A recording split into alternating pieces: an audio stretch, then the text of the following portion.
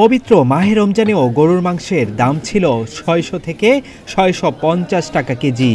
ঈদ আসতেই যা বেড়ে প্রতি কেজি হয়েছে ৮০০ টাকা। এমন মাত্রাতিরিক্ত দাম বৃদ্ধি পাওয়ার পেছনে কারণ হিসেবে মাংস ব্যবসায়ীরা বলছেন, ঈদুল ফিতর উপলক্ষে যে গরুর দাম বাড়ছিল তা আর কমেনি, তাই বাধ্য হয়ে বেশি দামে মাংস বিক্রি করতে হচ্ছে। বাড়ার পিছনে ভাই আগে মোটামুটি বাজারে গরু আমরা ২-৪-৫-৭ হাজার টাকা কমে কিনতে পারছি, তখন আমরা ৬০০ বা ৬৫০ বা ৭০০ টাকা বেচতে পারছি।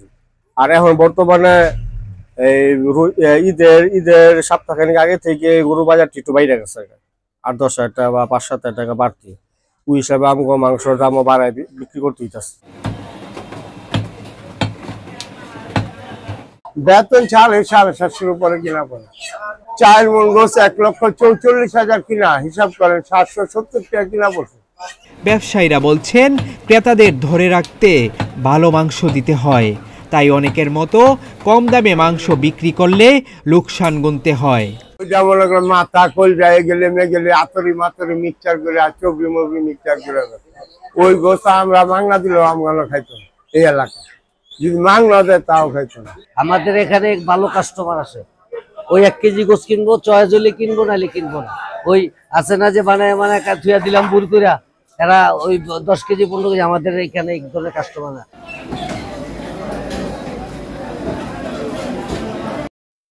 মনে করেন একটা গরুর মধ্যে ৫ কেজি তেল হয়, ওই ৫ কেজি তেল চালায়, একটা মাথা ১০ কেজি হয়, মাথাটা চালায়, কলিজা আছে, ফেফড়া আছে, ফেফড়ার দাম তো ৩০০ টাকা, ওটা বেছে ৬৮০ টাকা।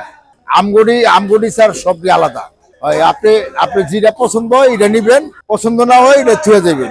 তবে দাম বেশি হলেও মাংসের মান ভালো বলছেন ক্রেতারা, এজন্য সন্তুষ্টিও প্রকাশ করছেন তারা। এখন সব জায়গায় তো একই দাম, যেখানেই যাই পুরো বাংলাদেশ জুড়েই, বলার তো আমাদের নেই, আমরা খেতে শুরু। আমাদের এখানে কখনো ৬৫০ টাকা মাংস হয়নি, গত ৫ বছর ধরে দেখতেছি হয়নি। সেখানে শুনছি চর্বি আর মাংস নাকি একসাথে দেয়, পুরো মিক্স ভাবে বন্টন এইভাবে দেয়, যেভাবে তো আপনি দেখে মাংস নিতে পারবেন না ওই জায়গায়, যেখানে ৬৫০ টাকা বা ৬০০ টাকা দেয়, এভাবে মাংস বিক্রি হয় না এখানে।